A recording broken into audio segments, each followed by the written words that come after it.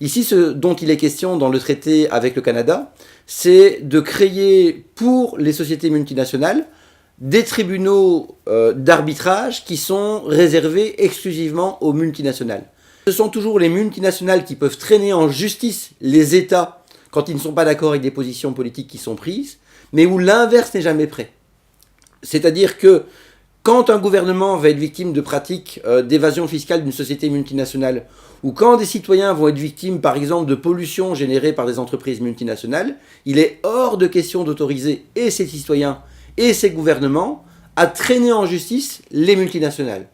Dat vind ik een valabel argument, ja. Ze moeten het in de twee richtingen kunnen gaan. Maar dat is niet het geval. Ja, dan is het niet goed. Men kent de nationalistische reflexen van sommige regimes, waar het de moeite niet loont naar de rechtbank te gaan. Gans Afrika, dat ik relatief goed ken, heeft zich aangesloten bij een internationaal verdrag. We zijn hier wel niet in Afrika, we zijn hier in Europa en in Canada. Ja, om arbitrage te bekomen en de motieven zijn ongeveer dezelfde. Je kunt geen rechtbank vinden tenzij jij een rechtbank opbouwt, en dat zal misschien een dag wereldwijd gebeuren, die op een deftige wijze, met voldoende expertise, niet verwijzende naar andere experten, wat gewoonlijk veel rechtbanken die we kennen doen. Dan sta ik veel liever voor een gespecialiseerde rechtbank. Wij vinden dat de juridische systemen in Canada voor het CETA en in de Verenigde Staten voor TTIP en in Europa voldoende matuur zijn, voldoende onafhankelijk, voldoende sterk, dat er geen apart arbitragesysteem nodig is.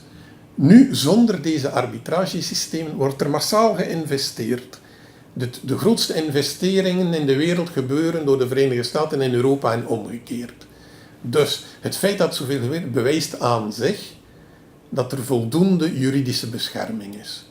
Au début de la négociation, non pas du CETA mais du TTIP, à un moment la chancelière Merkel, grande promotrice de ce genre d'accord, avait été interpellée parce qu'il y avait ces dispositions dans les projets de traité et elle a eu quelque part l'ingénuité de dire publiquement, après tout, peut-être que ce n'est pas essentiel d'avoir ces dispositifs dans les traités. Et elle s'est immédiatement attirée une volée de bois vert à la fois des milieux d'affaires européens et américains et de la Commission européenne en disant non, ça, s'il n'y a pas ces tribunaux arbitraux, il n'y a pas d'accord. Ce qui prouve bien que c'est bien ça le point dur des accords, c'est tous les dispositifs qui permettent de mettre sous contrôle, d'intimider les démocraties. Quels sont les exemples de procès entre des sociétés multinationales et des gouvernements élus démocratiquement qui ont mal tourné? La République slovaque a été condamnée par un tribunal d'arbitrage international à payer 22 millions d'euros de dédommagement à une société hollandaise d'assurance qui s'appelle Achmea. Le crime du gouvernement slovaque, ça a été d'avoir respecté une parole électorale en disant on va plafonner le coût des assurances soins de santé privées, donc on va d'autorité plafonner ce coût-là, de manière à autoriser un maximum de citoyens à avoir accès aux soins de santé. Le Canada a été condamné à payer 13 millions de dollars à une société américaine qui s'appelle Ethyl, parce que le Canada avait voulu interdire la mise dans l'essence d'un additif toxique qui était commercialisé par Ethyl. Et Ethyl a dit, ah ben non, si vous m'interdisez de mettre cet additif qui est celui que je vends dans votre essence, sous prétexte de mieux protéger l'environnement, vous touchez atteinte à mes droits de faire du bénéfice, et donc je dépose plainte. Et donc on voit bien à travers ces dispositions-là que le règlement des différents investisseurs États, ça permet à des entreprises multinationales qui ne payent pratiquement plus d'impôts pour financer les politiques publiques, de se servir justement des finances publiques comme une sorte de jackpot financier où elles vont aller chercher des dédommagements financiers conséquents, des dizaines, voire des centaines de millions d'euros de dédommagements qui sont directement payés par les citoyens qui payent des impôts, autrement dit par vous et par moi. Alors c'est vrai que la Commission a modifié ce qu'on appelle les ISDS par des ICS, mais malgré tout cette logique de donner le pouvoir aux investisseurs étrangers de pouvoir attaquer un État tout simplement parce que cet État prend des mesures de protection de ses citoyens, nous ne sommes pas favorables à ces démarches. Et lorsqu'on observe certains cas emblématiques de tribunaux d'arbitrage privés, comme le cas de l'entreprise canadienne Lone Pipe qui a mis en justice le Canada et qui demande des compensations puisque le Québec a mis un moratoire sur les gaz de schiste, ou lorsque Vattenfall met en justice l'Allemagne, lorsque la ville d'Hambourg lui demande de limiter la pollution de l'eau dans le détroit de l'Elbe, tous ces cas où des entreprises mettent en justice des États et demandent des compensations phénoménales, des compensations qui sortent directement de la poche des contribuables, sont encore possibles sous l'ICS. En ik denk eerlijk gezegd dat het redelijk waterdicht is, want er zijn heel weinig zaken, vind ik, van ISDS waarin het duidelijk is dat een bedrijf die zogezegd die ongelijk heeft, dat die gewonnen heeft. Er zijn heel weinig voorbeelden, vind ik persoonlijk. L'ONU en fait a une commission sur le développement et le commerce et ils ont regardé donc 696 cas qui ont été donc d'arbitrage entre investisseurs et États basés sur différents traités bilatéraux à travers le monde. Et donc des 696 cas, on en a 26,4% qui en fait sont en faveur des investisseurs, ce qui pourrait nous permettre de penser qu'après tout, le système ne donne pas forcément raison aux investisseurs. Sauf qu'il faut penser aussi qu'il y a 25% des cas qui sont ce qu'on appelle résolus à l'amiable, c'est-à-dire qu'un accord est trouvé.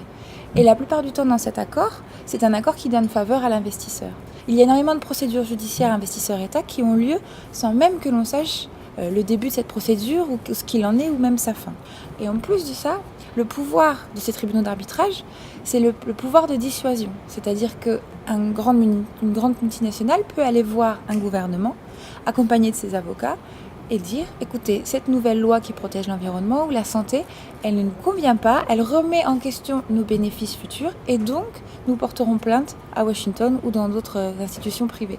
Ce qui en fait a un pouvoir de dissuasion assez incroyable. Je voudrais rappeler quelques réalités. L'ICS, l'ISDS et demain l'ICS est une réalité. La Belgique a 60 accords internationaux comportant une clause ISDS. Ces clauses figurent dans plus de 3000 accords.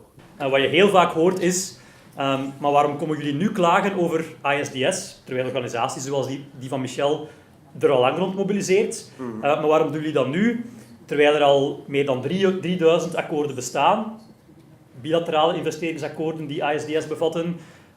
Europese overheden hebben er ongeveer 1500 en nu komt er één bij waarvoor de Europese Commissie verantwoordelijk is en plots zijn jullie wakker geschoten. Ça fait des années que le CNCD 11 et d'autres dénoncent ce type de traité et se bat activement contre ces traités simplement parce que sur le principe on trouve que c'est juste inacceptable que des multinationales aient le droit à un super tribunal au-dessus de toute structure étatique pour faire valoir leurs droits à leur profit.